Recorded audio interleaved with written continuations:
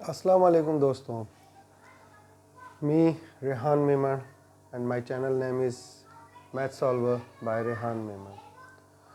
दोस्तों आज हम जिस टॉपिक पे डिस्कशन करने जा रहे हैं वो है factorisation of algebraic expressions and we are discussing here the different types, how to find the factor of these types। आज हमारे जो मेन टॉपिक्स हैं उसमें common factors in all terms, common factor in pairs, perfect squares and difference of a square। तो आज हमारा जो main topic है वो है फैक्टराइजेशन। दोस्तों फैक्टराइजेशन की माना पार्ट ऑफ समथिंग, माना वो वैल्यू जो हर टर्म के पास मौजूद हो अगर हम कॉमन फैक्टर्स की बात कर रहे हैं। जैसे फॉर एग्जांपल हम यहाँ डिस्कस कर रहे हैं एक टर्म में एक अलजेब्रिक एक्सप्रेशन हमने यहाँ राइट की है के ए प्लस के बी प्लस के सी। सो हेयर यू सा दैट हम जो यहाँ टर्म देख रहे हैं उसमें हमने एक ब्रैकेट में एक हेडिंग दी है कि common factors in all terms. तो इस टर्म में जो चीज़ कॉमन निकलती है, जो टर्म कॉमन निकलती है वो है के बिकॉज जब हम के यहाँ से कॉमन निकालते हैं तो हमारे पास जो टर्म बचती है वो बचती है ये। इट मीन्स के वो वैल्यू है जो इस टोटल एक्सप्रेशन में मौजूद है हर इंडिविजुअल टर्म के साथ। तो जब कोई टर्म कॉमन टोटल एलिमेंट्स के साथ मौजूद हो, टोटल टर्म्स के साथ मौजूद हो, तो वहाँ हम उसको common factors in all terms से सिंप्लीफाई करते हैं। हम इसको हेडिंग देंगे कि वो टर्म्स जो हर किसी के पास मौजूद हो और हम उसको ईज़िली कॉमन निकाल सकें। फ़िलहाल हम सिर्फ इसकी इंट्रोडक्शन दे रहे हैं, फिर हम अपनी एक्सरसाइज 4 चैप्टर पे जब एक्सरसाइज पे चलेंगे तो फर्दर मैं आपको इसका पूरा क्लासिफिकेशन और इसकी पूरी प्रोसेस समझाता जाऊंगा। अब सेकंड टॉपिक हमारा है कॉमन फैक्टर्स इन पेयर्स। तो पेयर्स की पहली शर्त यह है दोस्तों कि हमारे पास टर्म इवन नंबर्स में होनी चाहिए, या 2 हो या 4 हो या 6 हो। उस एक्सप्रेशन में से पेयर में से कॉमन निकाला जाता है। अब पेयर में कॉमन निकालने का मकसद यह है कि not like common factors in all terms, मानो नेसेसरी नहीं है कि जो चीज़ कॉमन निकाली जा रही है वो हर किसी के पास मौजूद हो, पर शर्त ये लागू होती है कि वो टर्म कम से कम 2 सिमिलर टर्म्स के पास मौजूद होनी चाहिए। 2 टर्म्स के पास सिमिलर टर्म मौजूद होनी चाहिए। लाइक ये हमने एक टर्म लिखी AC प्लस AD, दूसरी टर्म हमने राइट की BC प्लस BD। तो जब हमारे पास हमने देखा कि हमारे पास ये 4 टर्म्स हैं तो हमने 2 का पेयर बनाया। अब इसमें समटाइम्स ये भी होता है कि आपकी टर्म्स इस तरह लिखी जाती हैं कि हमको उनको रीअरेंज करना पड़ता है because of a common bracket. जब हम उसको रीअरेंज करेंगे तो हमारा कॉमन ब्रैकेट निकलेगा, otherwise it is impossible to take the common between 2 terms. अब हम इसमें से जब देखते हैं तो हमारे पास जो टर्म कॉमन आ रही है वो है A।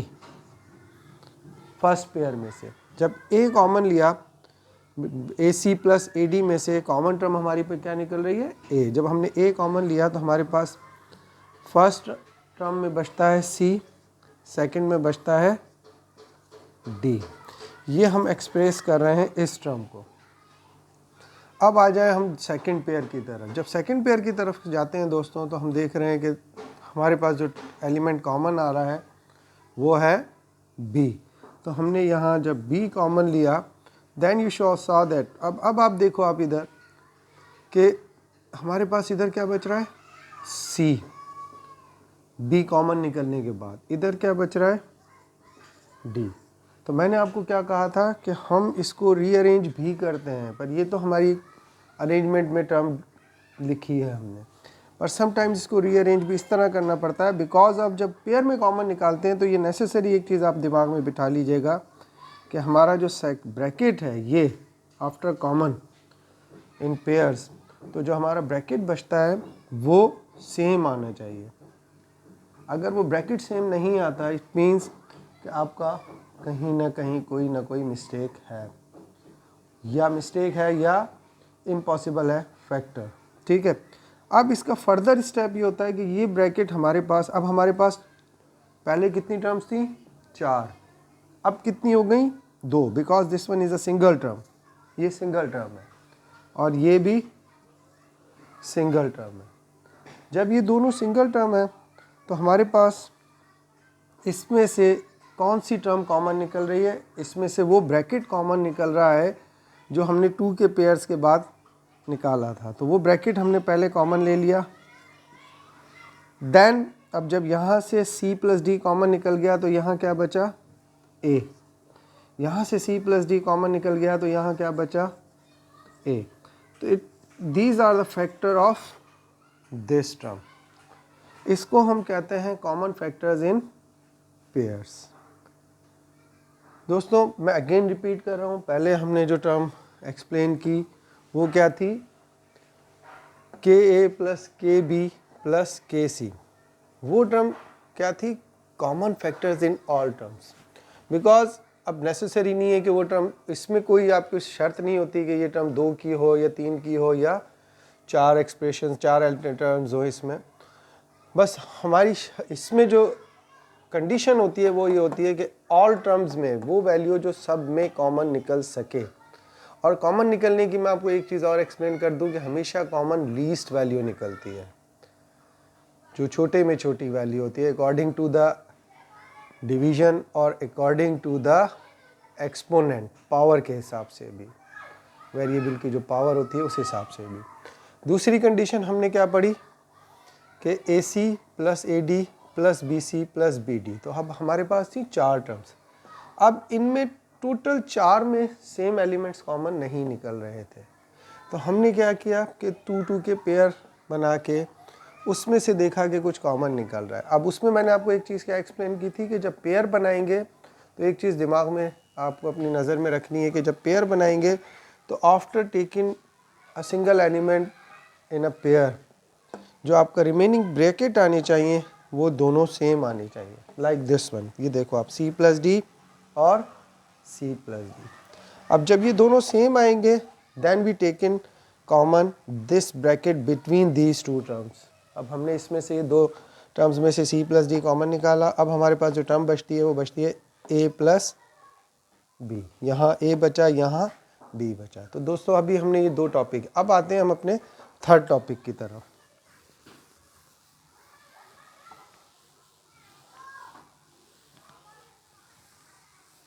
अब हमारा जो थर्ड टॉपिक है वो है परफेक्ट स्क्वायर। अब that is called a perfect square term and we make this term like a completing square. हम इसको लिखते हैं होल स्क्वायर में। अब ये प्लस माइनस अगर दे दें, because it's depend upon a middle term, sign is totally depend upon a middle term. If the 2ab is positive, then it makes a plus b whole square. If the 2ab is negative, then it makes a minus b whole square. तो दोस्तों ये जो condition होती है इसके लिए necessary है कि आपकी जो फर्स्ट टर्म है वो 100% परफेक्ट स्क्वायर होनी चाहिए, वो 100% परफेक्ट स्क्वायर होनी चाहिए, और सेकंड टर्म भी परफेक्ट स्क्वायर होनी चाहिए, and they both are positive. सबसे बड़ी चीज़ यह है कि आपकी जो ये 2 टर्म्स हैं, ये और ये दोनों 100% पॉजिटिव होनी चाहिए, पहली चीज़।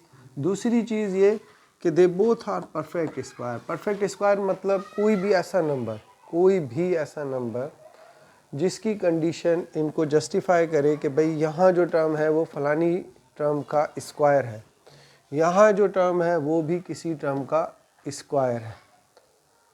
ठीक है, अब जैसे हम यहाँ लिख लेते हैं, एक फॉर एग्जांपल हमने एक लिखी कंडीशन a स्क्वायर प्लस 16 ठीक प्लस 8ab, और आपसे सवाल ये किया जा रहा है कि you should make the factor of this term, कि भाई इस टर्म के फैक्टर बताएं,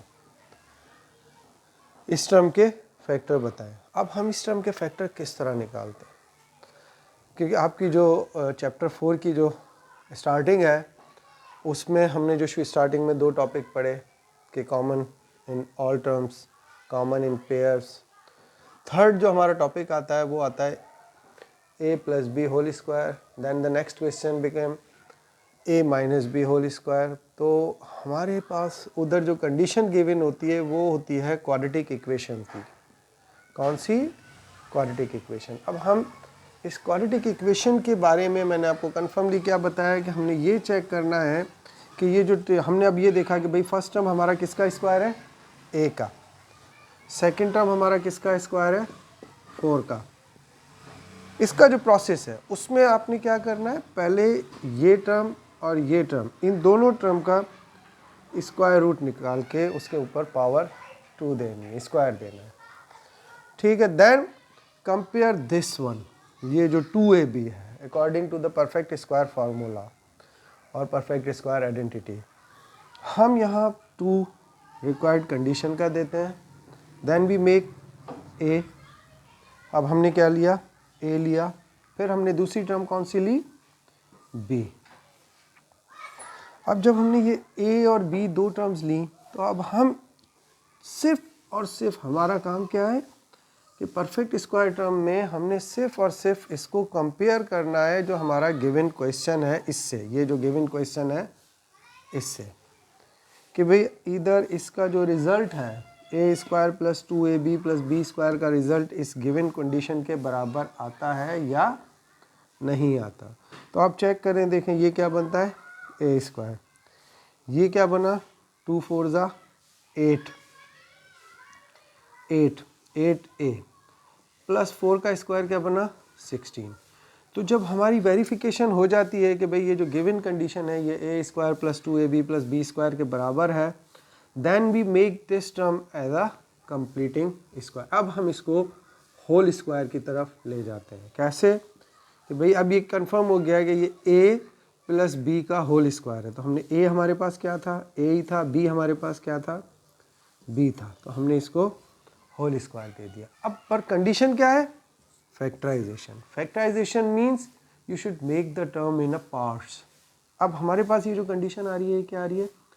a plus B whole square, ठीक है बेटा, a plus B whole square. तो अब हम इसका जो फैक्टराइजेशन निकालते हैं वो हम इसका रिजल्ट ये देते हैं कि हमने according to the exponential laws you should break the square into same terms, because same terms should be multiplied, the answer becomes the exponent must be added. तो 2 को हमने ब्रेक करके a प्लस 4 सॉरी और यहाँ भी a plus 4 हमने इसको सिर्फ 2 दफ़ा लिख दिया।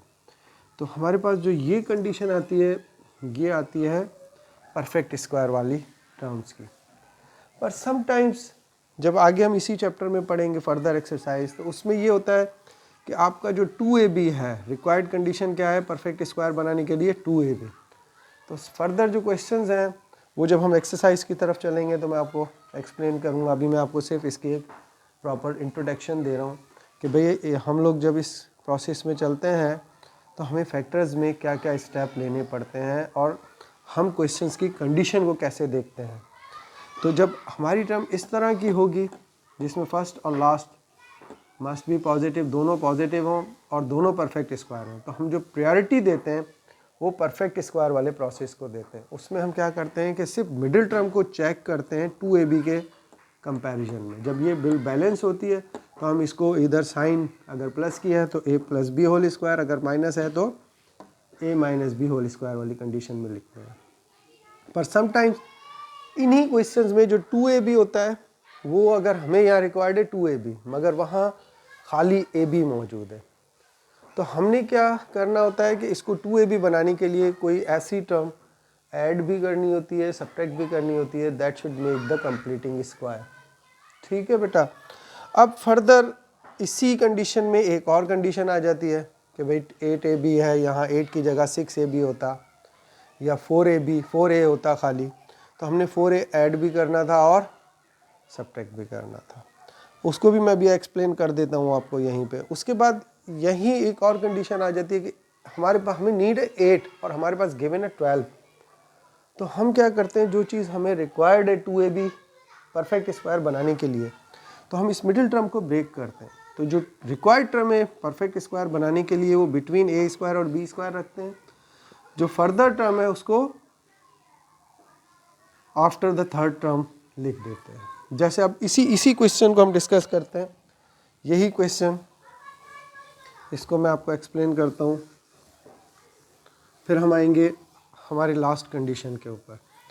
अब यही क्वेश्चन है, पर यहाँ क्या लिखा है, a square plus 4a plus 16। अब यहाँ देखें, आपकी ये टर्म भी परफेक्ट स्क्वायर है, ये टर्म भी परफेक्ट स्क्वायर है, मगर जब हम जाते हैं 2ab की तरफ तो 2ab हमारा क्या बनता है, 8 है।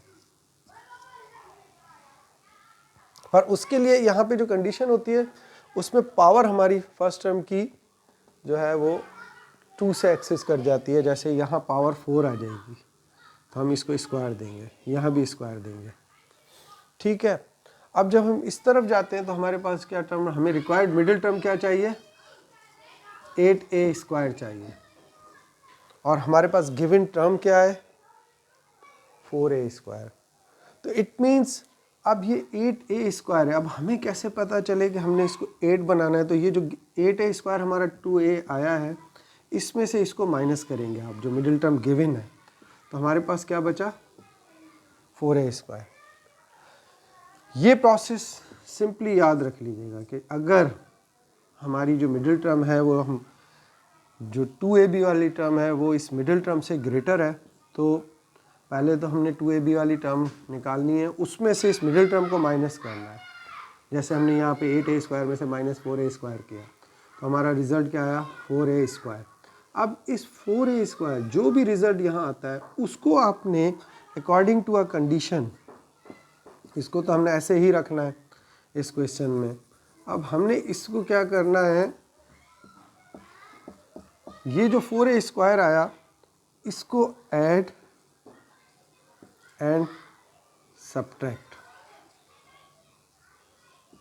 4a स्क्वायर, जो हमारे पास रिजल्ट आया है इसको हमने इस गिवन कंडीशन में ऐड भी करना है और सब्ट्रैक्ट भी करना है। बिकॉज एक चीज़ दिमाग में, अकॉर्डिंग टू मैथ्स दिमाग में बिठा लें कि जब कोई टर्म सेम साइड पे ऐड की जाती है तो उसको सब्ट्रैक्ट करना भी नेसेसरी होता है, बिकॉज अकॉर्डिंग टू रूल्स, ताकि हम अगर उसको कैंसिल करें तो हमारी ओरिजिनल टर्म पे कोई भी इफ़ेक्ट ना आ सके, ठीक है। अगर फर्दर दो साइड्स हैं इक्वल्स टू है तो या तो दोनों साइड्स पे आप ऐड करोगे या दोनों साइड्स पे सब्ट्रैक्ट करोगे, सेम साइन, ठीक है। अब हमने यहाँ क्या किया, इसको ऐड किया, क्या ऐड किया, 4a स्क्वायर ऐड भी किया, 4a स्क्वायर सब्ट्रैक्ट भी किया, ठीक है दोस्तों। अब जब ये 4a स्क्वायर और ये 4a स्क्वायर आपस में ऐड हुए तो इसका रिजल्ट क्या आया, 8a स्क्वायर प्लस, और यहाँ हमारे पास कौन सी टर्म बचती है, तो अब यहाँ एक नज़र दौड़ाएं कि देखें हमारी रिक्वायर्ड टर्म मिडिल क्या थी, बिटवीन दीज टू टर्म्स, हमें इन दो टर्म्स के बीच में हमें चाहिए क्या था, 8a स्क्वायर। तो अब यहाँ आप देख सकते हो कि हमारा 4a square plus 4a square मिलके 8a स्क्वायर बन गया। ये कंडीशन भी आती है परफेक्ट स्क्वायर वाली टर्म में, तो भाई परफेक्ट स्क्वायर के प्रोसेस में जब फैक्टराइजेशन करते हैं तो समटाइम्स हमारी जो मिडिल टर्म है वो बैलेंस नहीं होती, तो उसको बैलेंस करने के लिए जो पहली कंडीशन है वो ये है कि अगर वो टर्म स्मॉलर है 2ab से, तो जो रिक्वायर्ड टर्म है वो हम 2ab वाली टर्म में से मिडिल टर्म माइनस करके फाइंड करते हैं और उसको उस टर्म को इधर ऐड भी करते हैं और सब्ट्रैक्ट भी करते हैं। जब ऐड एंड सब्ट्रैक्ट किया तो these three terms makes a square plus 4 whole square. अब आ जाए यहाँ कि भाई हमने जब माइनस किया तो इसकी कंडीशन क्या बनी। जब माइनस किया तो that should makes a perfect, this one is a whole square of 2a। अब यहाँ जो हमारे पास जो कंडीशन है वो आ जाती है डिफरेंस ऑफ अ स्क्वायर। ये देखिएगा दोस्तों, थोड़ा सा साइड पे मैं लिख रहा हूँ difference of square. Difference of square मतलब A square minus B square. तो आपने छोटी क्लासों में पढ़ा होगा कि difference of a square makes the result what, A plus B और ए माइनस बी। तो जब भी हमारी परफेक्ट स्क्वायर वाली term, lesser middle term twice 2ab जो है वो अगर छोटी होती है लाइक 4a स्क्वायर, तो जब हम उसमें कोई टर्म ऐड या सब्ट्रैक्ट करते हैं तो 99% क्वेश्चंस में जो हमारी सेकंड टर्म माइनस वाली होती है वो और परफेक्ट स्क्वायर वाली टर्म जो फार्मूला बनाते हैं या जो आइडेंटिटी अलजेब्रिक बनाते हैं वो बन जाती है हमारी डिफरेंस ऑफ अ स्क्वायर की। तो you should make this one is a. अगर इसको हम ए कंसीडर करें और इसको बी कंसीडर करें तो हमारी कंडीशन क्या आती है, ए स्क्वायर माइनस बी स्क्वायर। हम यहाँ इसको लिख देते हैं कि ए स्क्वायर माइनस बी स्क्वायर जो बराबर होता है ए प्लस बी और ए माइनस बी पे। फर्दर मैं इसका एक और क्वेश्चन आपको एक्सप्लेन करूँगा ए स्क्वायर माइनस बी स्क्वायर का भी। अभी फ़िलहाल हम इसी को कंटिन्यू रखे गए हैं। ठीक है जी, अब आ जाए अब इस पे। तो हमारा ए ये है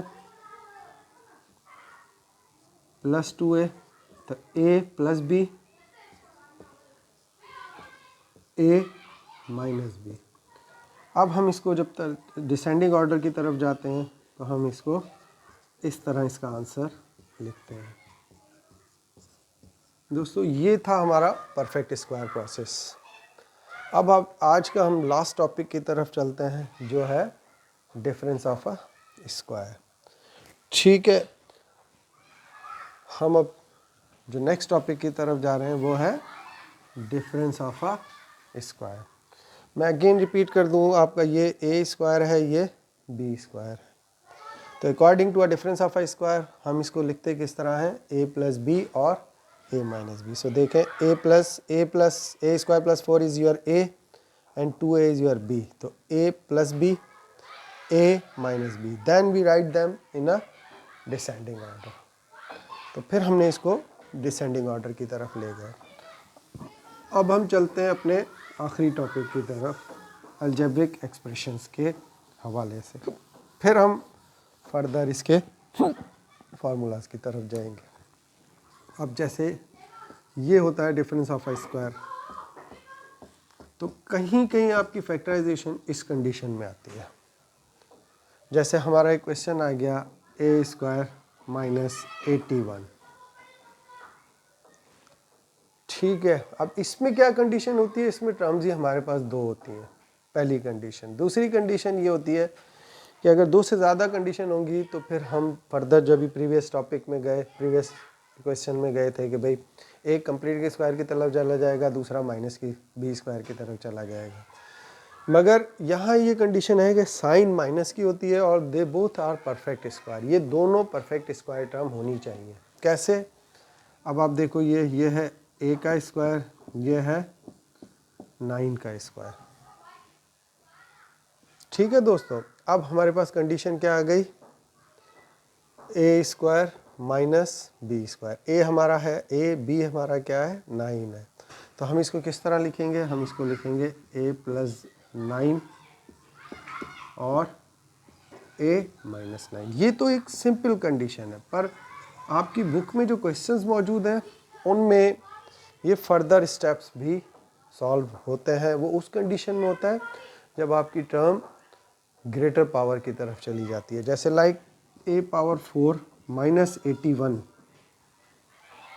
अब यहाँ पावर क्या आ गई, 4 आ गई। तो जब हम 4 की तरफ जाते हैं तो हमने पहले क्या करना है, इसको लेके जाना है ए स्क्वायर माइनस बी स्क्वायर की तरफ। ये चला गया, हमने 4 की पावर ब्रेक की, क्योंकि आपने एक्सपोनेंशियल लॉज में पढ़ा है कि पावर के ऊपर पावर मल्टीप्लाई होते हैं। तो हमने 4 को ब्रेक किया, 2 2 ज़ा 4।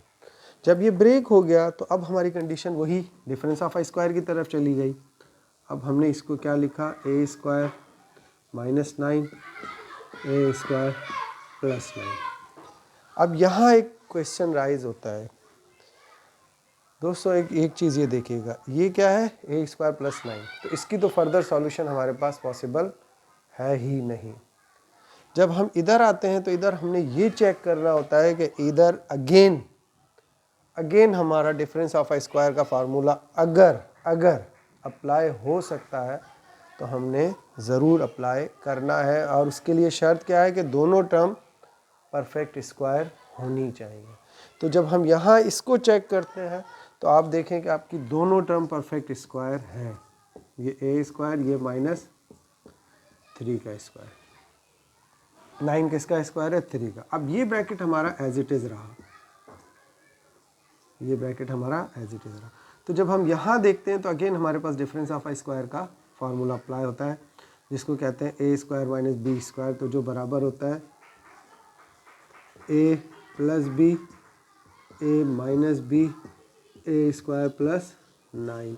तो ये कंडीशन हमारी, क्योंकि कुछ क्वेश्चंस में होता है कि अन्य अभी और भी फर्दर भी स्टेप्स पर डिफरेंस ऑफ आई स्क्वायर का अप्लाई हो सकता है, तो ये नेसेसरी नहीं है कि आप एक ही कंडीशन में आके आंसर ब्लॉक कर दो। वो डिपेंड करता है हमारी क्वेश्चन की कंडीशन में, और उस कंडीशन में जो चीज़ चेक की जाती है वो ये होती है कि जो डिफरेंस ऑफ आई स्क्वायर में जब हम इसको ब्रेक करते हैं ए प्लस बी और ए माइनस बी, तो हमने ए माइनस बी वाले ब्रैकेट को देखना होता है कि इधर उस पर again difference of I square का फार्मूला अप्लाई हो रहा है या नहीं हो रहा। तो दोस्तों आज हमने जो टॉपिक डिस्कस किया, ये हमने एक ओवरऑल व्यू जो या रिव्यू कर दें आपका, कि हमने उसके ऊपर डिस्कस किया है कि आप फैक्टराइजेशन अलजेब्रिक एक्सप्रेशंस के स्टेप्स, ठीक है। तो अब हम इंशाल्लाह नेक्स्ट लेक्चर में आपकी एक्सरसाइज 4.1 कम्प्लीटली सॉल्व करेंगे विथ रेफरेंसेस। तो इसलिए आज के लिए ये टॉपिक काफ़ी हैं। Please subscribe my channel math solver by Rehan Meema and follow my channel. Okay, assalamu alaikum.